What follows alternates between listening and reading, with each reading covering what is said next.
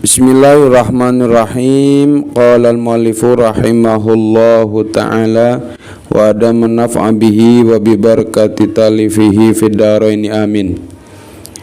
Bismillahirrahmanirrahim. Wa wasafa al-musannifu mukhtasarahu bi awsafin.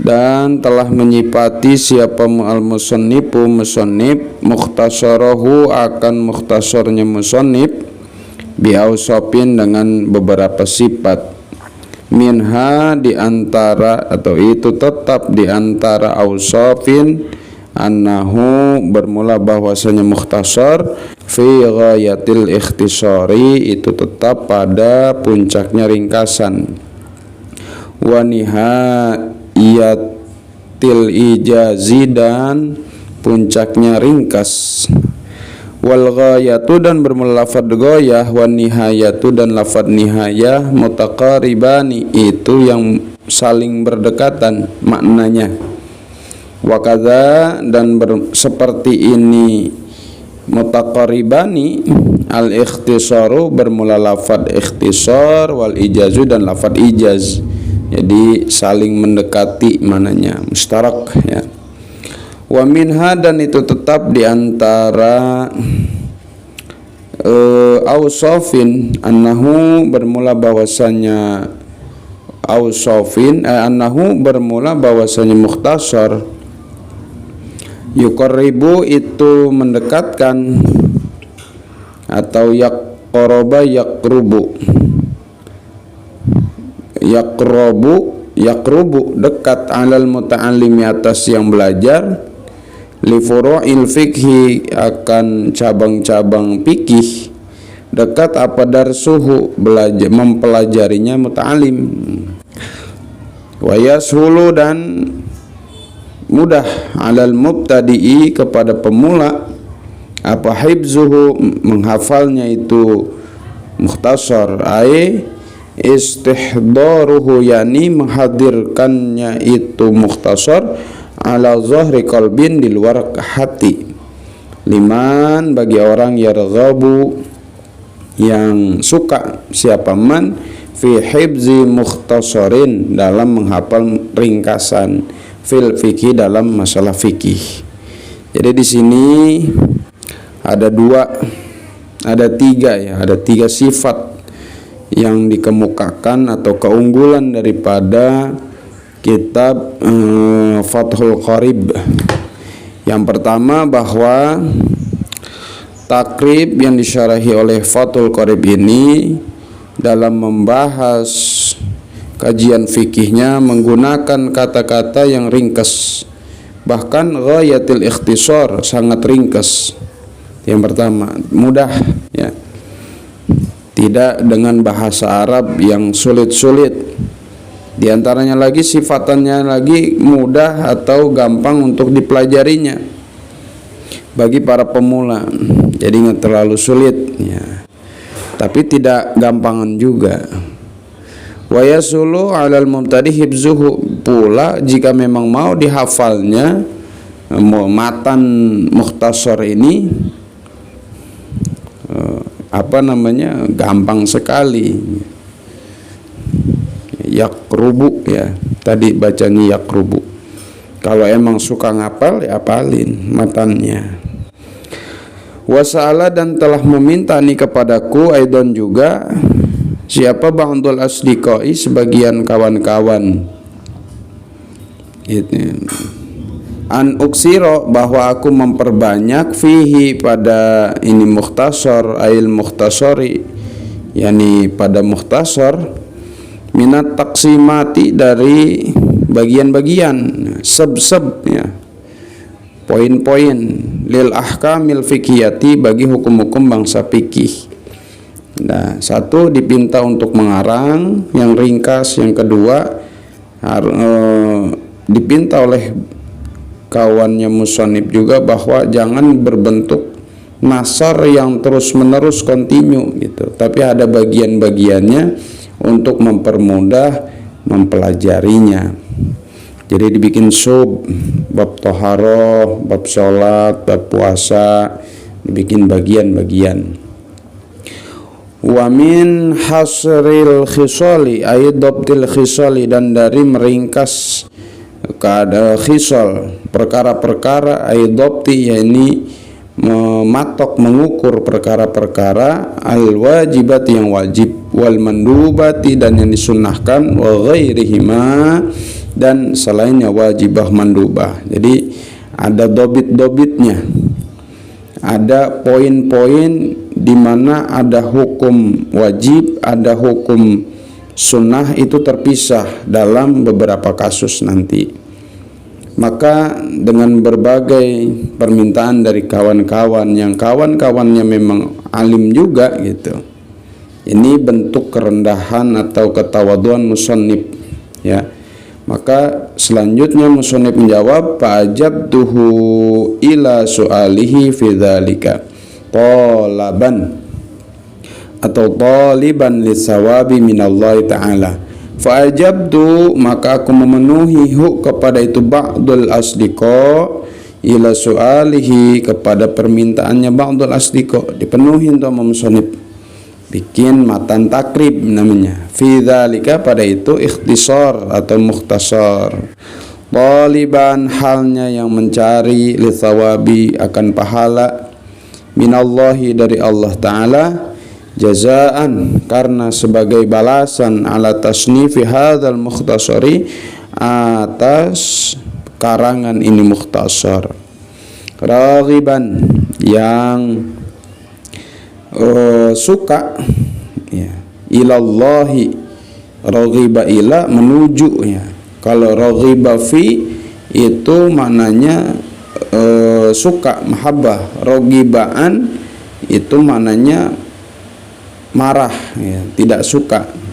Kalau raghiba ila, nah, itu maknanya menuju. Raghiban halnya yang menuju, ilallahi, kepada Allah Subhanahu wa ta'ala, fil i'anati, dalam menolong, min fadlihi, dari karunia Allah, ala tamami hadzal mukhtasari, atas sempurnanya ini mukhtasar. Jadi karangan ini dipersembahkan untuk mencari pahala, dalam arti menjadi nilai baik untuk musannif yang terus menerus, karena memang raghiban ilallah, ini karangan dipersembahkan hanya lillahi ta'ala, ya. Kita pun kudu gitu, ngaji juga tujuannya mencari ridha Allah. Apa yang kita lakukan semata-mata raghiban ilallah, jangan ada huzuzun nafsi, keinginan diri. Ketika ngaji pengen yang lain selain ilallah, maka niscaya ilmunya kurang manfaat, ya. Wa fit taufiqi, dan pada taufik, minta kepada Allah pada taufik, lis-shawabi, kepada yang benar, wahwa, dan bermula shawab, diddul khata, itu lawan dari kata lapad khata, yaitu artinya salah, ya. Ada taufik, petunjuk Allah kepada kebenaran, karena memang sejatinya manusia tidak bisa melakukan hal yang baik kecuali di situ ada izin, berkat taufik dan hidayahnya Allah Subhanahu wa ta'ala. Innahu, sungguhnya Allah Ta'ala, hal tinggi Allah, alama, atas apa-apa, yasha'u, yang menghendaki. Siapa Allah? Ayyuridu, yakni menghendaki, menginginkan. Allah qadirun, itu yang mampu. Ay qadirun, yakni yang kuasa. Allah atas segala sesuatu mampu. Wa bi'ibadihi, dan kepada hamba-hamba Allah, latifun, itu yang maha lembut, khabirun, yang maha melihat, mengintai, men-CCTV, mewaspadai, bi ahwali ibadihi, akan keadaan-keadaan hamba-hambanya Allah. Allah kuasa atas segala sesuatu, dan Allah pun dapat men-CCTV hati dan zahir kita, mana yang tujuannya ngaji, mana yang tujuannya pamer, mana yang tujuannya mubahah, atau merasa sombong kepada kawan-kawannya, mana yang tujuannya hanya sebatas ikut-ikutan. Khabirun, Allah maha mewaspadai. Wal awwalu, dan bermula yang pertama, yaitu lafadz latif, muktabasun, itu yang diiktibas. Iktibas itu mengambil kalimat, ulama yang membuat sebuah kalimat yang mengambil dari Al-Quran, itu namanya iktibas. Akhdul kalam minal Quran awis sunnah, mengambil omongan dari kalam, dari Al-Quran ataupun sunnah. Ini bahasa bilaghah ya, iktibas. Mana Allahu latifum bi'ibadihi, surah Asy-Syura ayat 19. Allah, bermula Allah, latifun itu yang maha lembut, bi'ibadihi kepada hamba-hamba Allah. Ya Allah maha lembut. Maksudnya maha lembut itu latif itu al-alim bidaqaiqil ahwal, yaitu yang mengetahui akan kelembutan atau kecil-kecilnya keadaan dimanapun engkau berada, benda apapun, sekecil apapun, Allah tahu. Itu namanya latifun bi'ibadi, al-alim bidaqaiqil ahwal, Allah maha tahu. Wasani, dan bermula yang kedua, min qaulihi, dari firman Allah. Lafadz khabirun diambil dari firman Allah, wa huwal hakimul khabir, Al-An'am ayat 18. Wal latifu wal khabiru, dan bermula lafadz al-latif wal khabiru dan lafadz al-khabir, ismani, itu dua nama, min asma'ihi, dari asma-asma Allah Ta'ala. Wa ma'nal awwali, dan bermula makna yang pertama al-latif. Nah ini ada al-alimu bidaqaiqil umuri wa mushkilatiha. Makna al-latif adalah al-alimu, itu yang mengetahui, bidaqaiqil umuri, akan perkara-perkara yang lembut, wa mushkilatiha, dan sulit-sulitnya perkara-perkara yang sulit. Allah yang mengetahui segala sesuatu, sampai Allah tahu berapa nasi yang masuk kepada perut kita. Maka urusan kita sejatinya yang secara abstrak itu sudah diurus sama Allah, apalagi yang secara konkret yang terlihat, udah pasti Allah tahu. Cuman kita yang melalai terhadap sifat Allah, seakan-akan Allah itu tidak tahu. Kesusahankah hambanya, galau, sedih, Allah tahu, cuman kitanya tidak mau mendekat. Nah itu lebih daripada sifat al-alim, ya kan? Tapi al-latif itu lebih dalam lagi maknanya. Wa yutlaqu, dan dimutlakan, dipakai bahasa aidon juga, lafadz al-latif bimanna rafiq, dengan makna kelembutan, bihim, kepada ibad.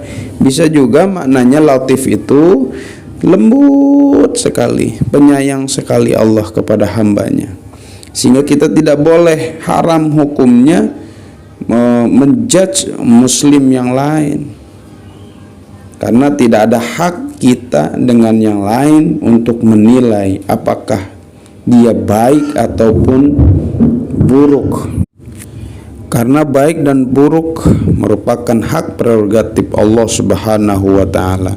Sampai-sampai kita ditutupin aib, saking kagak boleh kita mencibir, menganiaya, membuli kepada muslim lain. Tapi ya lagi-lagi manusia, kadar kemampuan dan pengetahuannya berbeda, sehingga sikapnya pun berbeda. Kalau orang yang sering ngaji, orang sering belajar, insya Allah makin bertambah pengetahuannya, kemudian dipakai pengetahuannya, pasti dia makin merunduk, makin tawadhu, karena merasa ter-CCTV, merasa dilihat terus-menerus oleh Allah Subhanahu wa ta'ala, sehingga malu untuk menilai orang lain ya, karena dia juga penuh dengan keburukan. Nah, itu kadang-kadang lafadz al-latif dimaknai dengan ar-rafiq bihim. Allah itu sangat lemah lembut sekali kepada kita.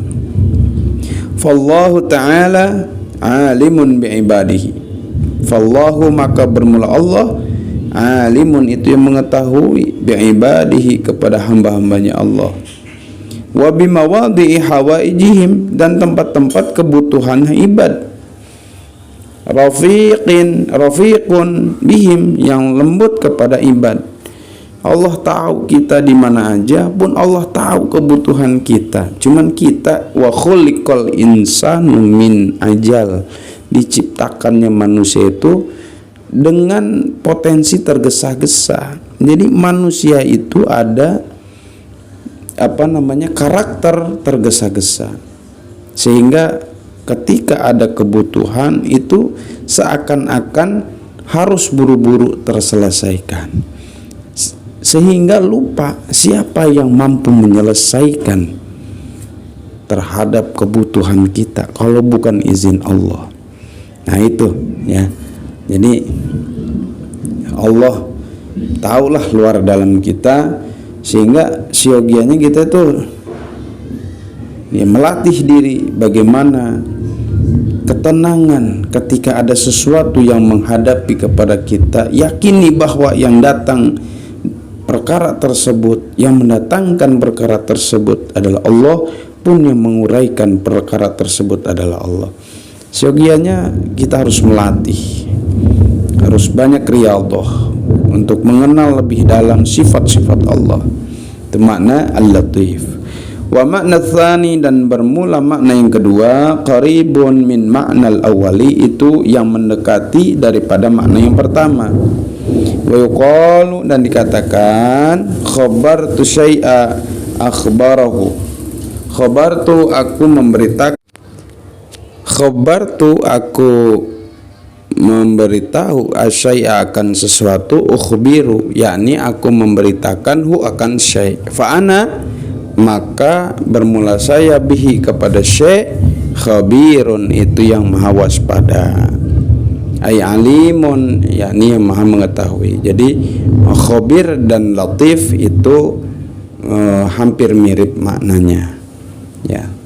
Jadi pesan daripada khutbah daripada musannif adalah bahwa karangan ini tercipta atas ketawaduan beliau dalam berbagai fan ilmu, yaitu permintaan daripada kawan-kawannya, dan setelah dia melakukan langsung mempersembahkan tujuan daripada karangan ini tidaklah lain kecuali dia memang mencari nilai kebaikan dari Allah, dan memang juga karangan ini hanya untuk meraih ridha Allah dan mendekatkan diri kepada Allah, dan menyadari bahwa segala yang terjadi, yang akan terjadi, yang telah terjadi itu kehendak Allah Subhanahu wa ta'ala, dan menyadari betul bahwa apa yang kita lakukan Allah Maha Latif, Maha Khabir. Dengan dua sifat ini itu untuk mengekang pribadi kita untuk berlaku tidak adil kepada diri maupun orang lain, dan dengan dua sifat Allah ini mengekang diri kita untuk menzalimi diri dan orang lain, karena segala sesuatu terjadi atas kehendaknya. Innahu ala ma yasha'u qadir.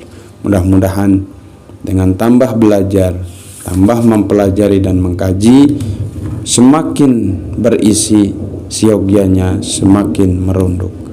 Mudah-mudahan ada manfaatnya. Hadanallah wa iyyakum ajmain. Wassalamualaikum warahmatullahi wabarakatuh. Bismillahirrahmanirrahim.